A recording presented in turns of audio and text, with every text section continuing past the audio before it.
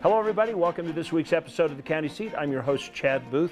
Today we are going to take on the discussion of roads. We've talked about several aspects of roads, ownership, maintenance, right-of-way, but we've not talked about all the scenarios where they're involved. In particular, we want to talk about private property right owners and public access across roads, particularly historic. It's a complicated issue. It's got lots of opinions by all the stakeholders, and we're going to tackle it today. So let's start out with some of the basics about roads. Who owns or maintains a road is usually unimportant to the user, unless that access is suddenly locked off. It's a particularly prickly issue when it involves county roads across public lands, also known as RS-2477 roads. But it can also be contentious when that road is a public access across private land. These roads are often referred to as prescriptive roads, or simply roads by use. State statute allows a road that crosses private land to become a public right-of-way if it is used by the public continuously for 10 years. The controversy in Tooele County, and particularly the Ophir Canyon area, is we have public roads across private property for years and years and years. And now those property owners are saying, we don't want you on our ground anymore. This recent dispute raises questions about prior use of the roads, but also a prior agreement with the county from 2009 that included some roads that would be vacated by the county while retaining some of the existing roads across private property. What also makes this case unique is some of the roads provide access to public lands. Questions of access and roads typically end up in the courts. The good news in this case is that while we were shooting the story, there was word that both sides may have reached an agreement, prompting the question, what's next? Now, I don't know where that's going to go next. Our attorneys will work with their attorneys to find a path forward. What we want to do is kind of find a resolution that is advantageous to the property owners and also to the public as the county. For the county seat, I'm Derek Dowsett. Now we have a working understanding of looking at some of these issues. We're going to delve into the details of it with our distinguished guests when we come back, bringing you our show from SUU at the Rural Summit in southern Utah. We'll be right back. There's a little place on a Utah map where I was raised, where my heart's at, where the sagebrush grows wild and high, and the stars come out at night. Oh, there ain't nothing like being raised in the basin with a Ute reservation, skiing starvation, that Duchesne County life. I promised my son that if he got straight A's, we would take a guys trip, just the two of us. We were riding on a trail outside a place called Minersville, Utah. There was so much to explore, and the trail just kept climbing higher, right to the top of a mountain called Jack's Peak.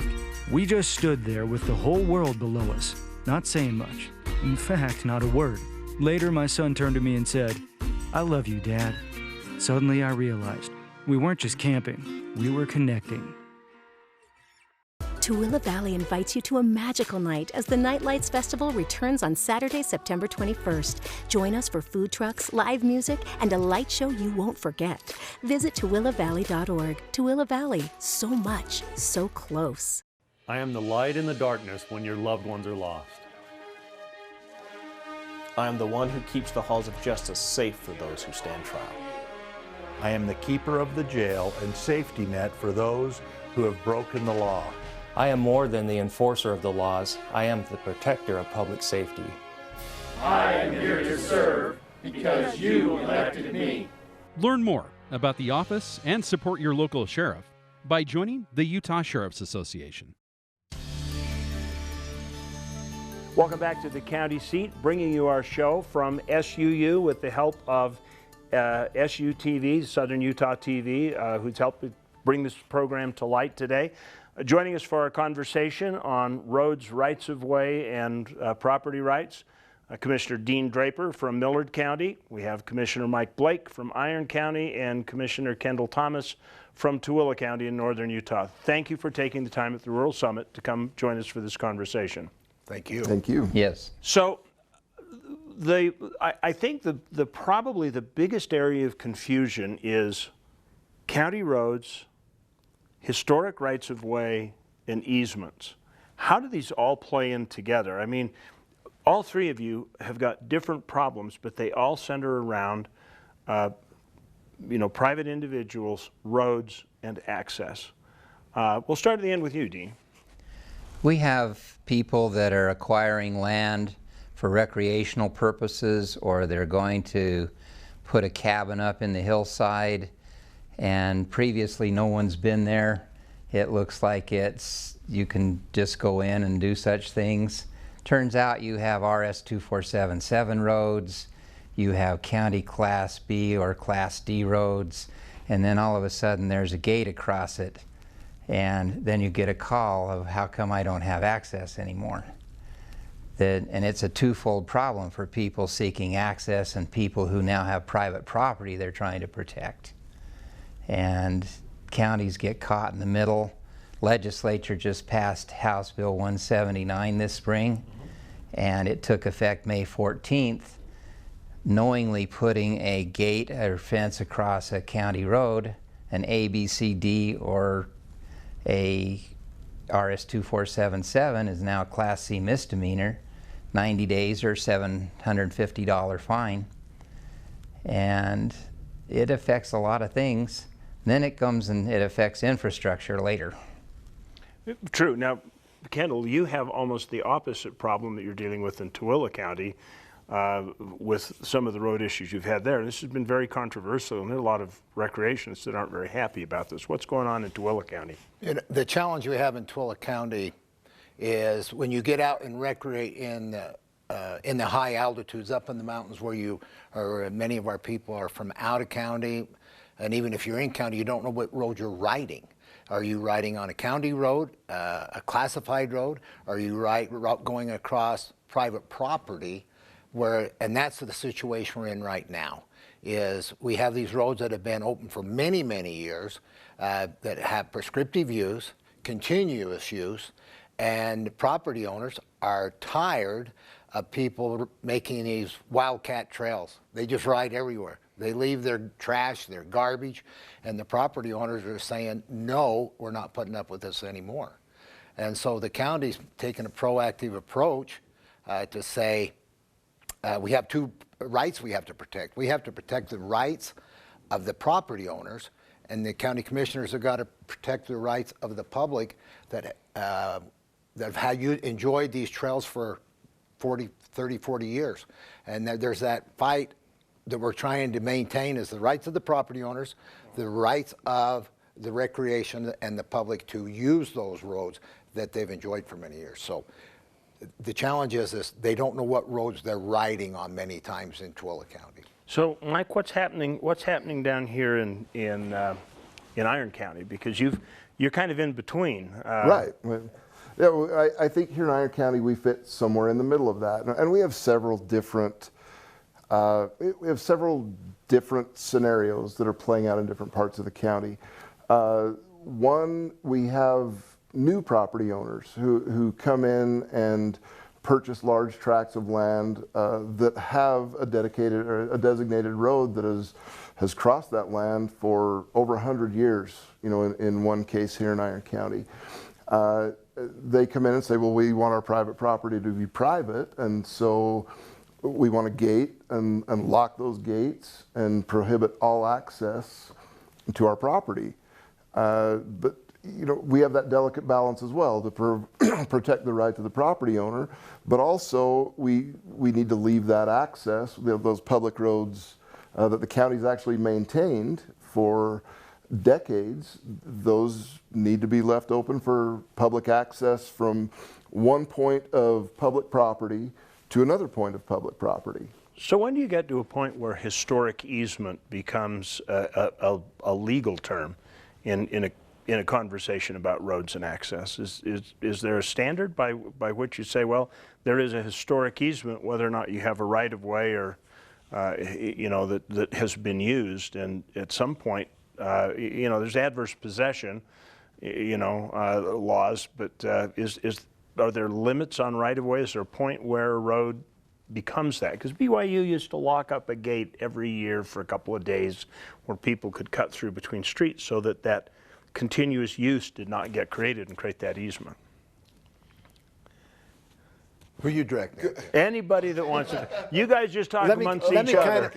Let me kind of just, that is a big challenge because we have a lot of mining history in Twilla County, and these roads go across and go to mining areas. And the property owners have said, I own this mine, I have the mining claims to it, but now they put up a gate. And they've cut that access off that's been there since the late 1800s up to the Hidden Treasure Mine in Jacob City. And now they're saying that we're going to cut that off. We don't want the responsibility of people traveling across our ground. Our position as county commissioner is saying that has been maintained historically as a road, prescriptive use. The challenge we're running into in some of our roads is they're not classified, the different classifications. So people, what we need to do as a public, we need to respect property rights in Twilla County. When the people let us ride across their ground, and they have for years and years and years, we need to be respectful and ride on the trails that are as designated trails. That's where we're at. Would it behoove the county to undertake a trail marking system, much like the federal lands have, to say this is the route, this is not stay on designated routes, you're crossing private property? I mean, if I'm out riding, which I've been known to do a lot, if I see a private property sign on an easement, I respect that right of way. I don't stop. I traverse that private property or whoever's land it is, but apparently that doesn't solve the problem. I don't know that. I think the key is to educate the public. For instance, and recognizing that the property owner absolutely has rights to that private property. We're not adverse to them placing a gate on the road. That gate just can't be locked. We've even, in one area, we have erected a sign that says, close the gate, this is private property, stay on the trail. I guess our argument has been in a couple of different places is people who want to lock those gates and keep access out of that property 100%. We're fine with protecting the gates or protecting the roadways, even with gates. They just need to be left unlocked so that people can have access, and we hope that people are courteous enough to close the gate behind them and respect that private property. So this leads me to another question, but I think we're going to take a break and come back to it. But I think it plays off of this and will probably open up an entirely different Pandora's box that you as county leaders have to deal with on roads, rights, right-of-way, and access.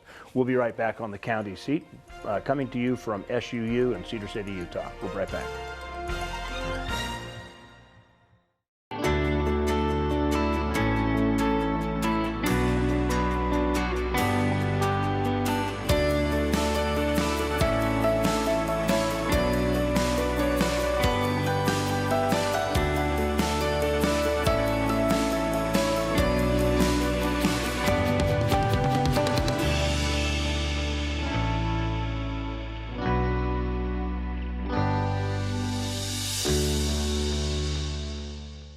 Tooele Valley invites you to a magical night as the Nightlights Festival returns on Saturday, September 21st. Join us for food trucks, live music, and a light show you won't forget. Visit TooeleValley.org. Tooele Valley, so much, so close. Mountains to explore.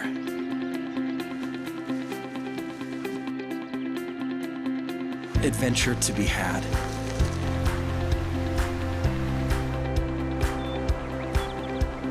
A town to fall in love with. Yes, all that in Park City, Utah. Start planning your fall adventure at visitparkcity.com.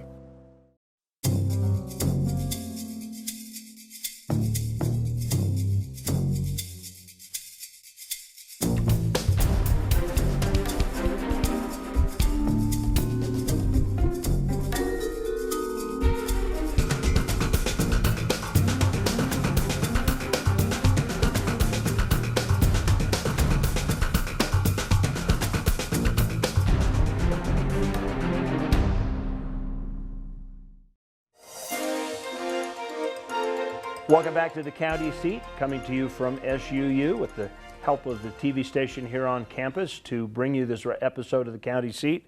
We are talking about roads and road issues in rural counties, not a typical federal right-of-way access RS-2477, but particularly when we're interfaced with property right or private property owners and rights-of-way. So this leads to a question, and Kendall and Mike, you both referred to it. Owners say, might acknowledge that there's a right-of-way through there. The counties might tell them that there's a right-of-way through there, and then the guy turns around and says, "Okay, build me a fence." How do you handle that? Well, we've got a unique situation in Tooele where there's been gate. It started in 2011. Our previous commissioners worked with the property owners. Settled some disputes, opened some trails up, closed some trails, and then 2 years later, one of the commissioners added an addendum to that ordinance that was passed and says, we're going to close this Serviceberry Road off and restrict it to hikers and walkers and horsemen. Horsemen could use it too. So they put up a gate, locked it off, and then people didn't abide by that sign. So they rode on it for about the next till 2018, and the family or the county told them to open it up, and the owners of the property went and got a court order, shut it down. So this last week, it's been going on, and we're supposed to go to court in 2020. This last week, we had some recreationalists. I don't have a nice name for them. Went up there and tore their gates down. That said. And then they rode across the signs, across the gates, doing damage to the property.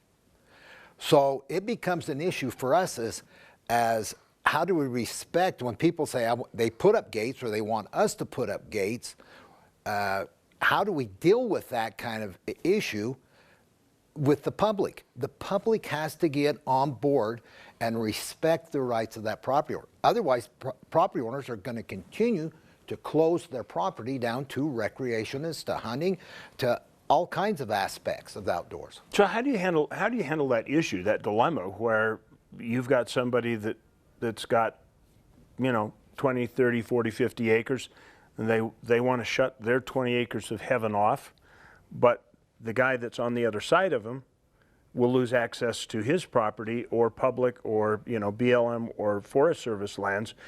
That becomes another issue, doesn't it? We have a couple of those issues in our county. The person purchases a parcel, and there are 3 or 4 other parcels on the other side of it that people go across that one to gain access. I brought up RS-2477 earlier because when we did our inventory in Millard County, those basically became Class D roads in Millard County. And therefore we have to deal with that where a person might put a fence or a gate across it. Well, this one particular property owner put up a gate, he locked it. We let him know that you can't lock it, and as long as it's not locked, it's okay. You have to have permission from the authority in the county to put the gate up in the first place, which they didn't, but we could work with that, got it taken care of. But the people that are crossing his property are not only coming in on four-wheelers to recreate, they're coming in to go deer hunting or whatever other hunting, but they're coming and they're taking all of his wood out to go burn in their fireplace. They're in effect stealing his wood. So he's trying to have it so that we can protect his rights. We're trying to look at access to it to protect the other rights. not too far away, we had a gate thrown up. It wasn't locked, but everybody assumed it was, and this is a trail that's been used ever since Fillmore was settled. And that caused consternation. Our county attorney's been very busy because of these types of issues. And you end up with vandalism and trespass. In one case, we've had them ask us to vacate the road. And if they did vacate the road, the other property owners on the other side would... They become landlocked, wouldn't they? Yeah, except for these people are willing to issue keys and work out a deal with everybody else that uses theirs for access. But that comes back to what do you do with hunters and recreationists? Right. And there's no simple answer to this other than you need to have people respect other people's property. But just at the same time, we talk about property rights of the owner. We as the public that enjoy riding, the outdoors and that, we have rights too. We have rights that are protected by state law. And so that's the balancing act of how do we protect those public rights and the public rights and the property owner's rights. Both of them are very, very important. But doesn't that kind of become where easements, historic easements come into play? I mean, eventually, if it's happened long enough, it becomes culturally a road, does it not? It does. And I don't remember the length of time off the top of my head that's required to be considered a long-term road. But that is important. And in Iron County's case, we actually have a couple of roads that, you know, our records go back. We've actually, over the years, placed some cattle guards and some culverts over the years to try and maintain those roads, and not only to maintain those roads for the safety of the public, but also to help the landowners there manage their cattle and keep them away from dangerous spots on the road. I think that it's really important that the landowner, if they don't want the people on their property, and this is, once you get through the gate, we absolutely have the right to traverse that road to get from point A to point B. The public, I believe, absolutely has that right. I think the landowners need to make sure that their property's properly posted, and make it, you know, very clear that this isn't public land. You know, you're more than welcome to travel the road, but you need to respect the property.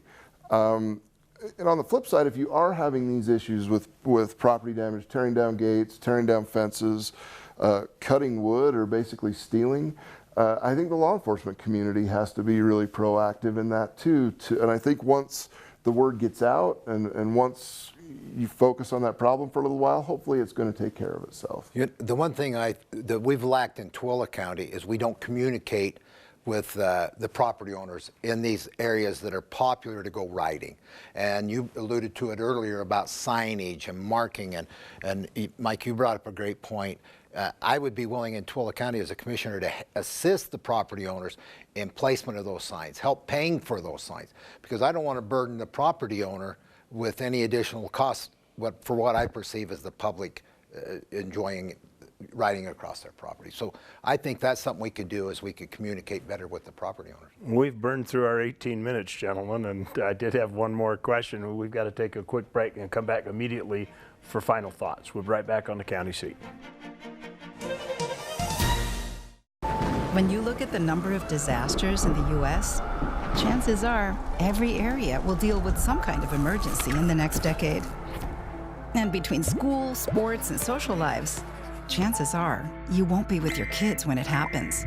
Will they know what to do?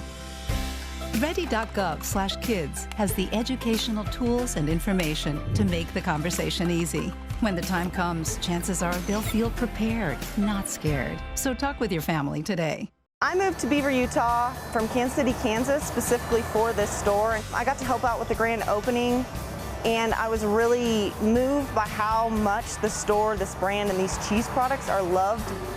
This resource, this tool was very easy for us to pick out from the crowd because of the support that the state gives Not only are they there to help you financially grow or economically support your community, they're there as a supportive resource for talking through that process and being there in the long term. It's not just a check-in, check-out, which helped us expand upon this idea of being a cheese shop out of a plant to being a whole consumer experience. The creamery is very unique to the local area because our Utah farmers are the ones who supply the milk. They have a lot of pride in being able to see the store and what it can put out and how it interacts with consumers. So it's very important for us to be able to grow and to spread their message or spread their product and share our love for dairy. It was originally established when local Utah dairy farmers came together to build the plant here in Beaver, Utah. Since then, we've grown to what we are now, which is a full experiential retail space where customers come from all over the United States just to stop and try our products, experience the store, and meet our staff, who are honestly one of the key tie-ins to people stopping through, is that friendly experience that people get to see every day.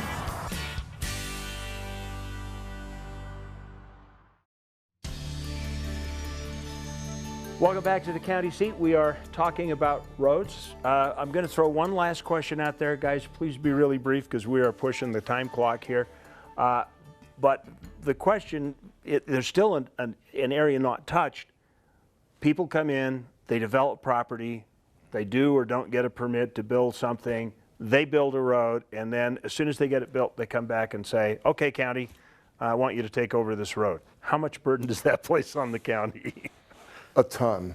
And this is another issue that we're actually facing in Iron County. It's kind of a separate issue. We don't have time to talk about it, but I mean, the short story is the county cannot take responsibility for the maintenance and upkeep of that road unless it's originally brought up to county standards. We can't accept those costs. If the developer brings it up to county standards in the beginning, then we actually have an ordinance that we will take control of that road and we will maintain it. But it has to be brought to county standards in the first place before we'll do that. Last thoughts, Dean? In Millard County, we hold the right to accept or deny taking on a road. It must be brought to county standards if we are going to accept it.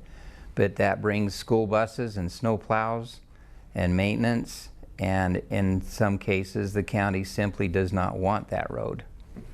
Well, that makes sense. Gentlemen, thank you so much for taking the time. I know we didn't get all the issues covered, but I applaud you all for taking a very, very, very, very difficult situation that's got lots of emotions on both sides and trying to find that compromise between property rights and public rights, and it's not an easy challenge.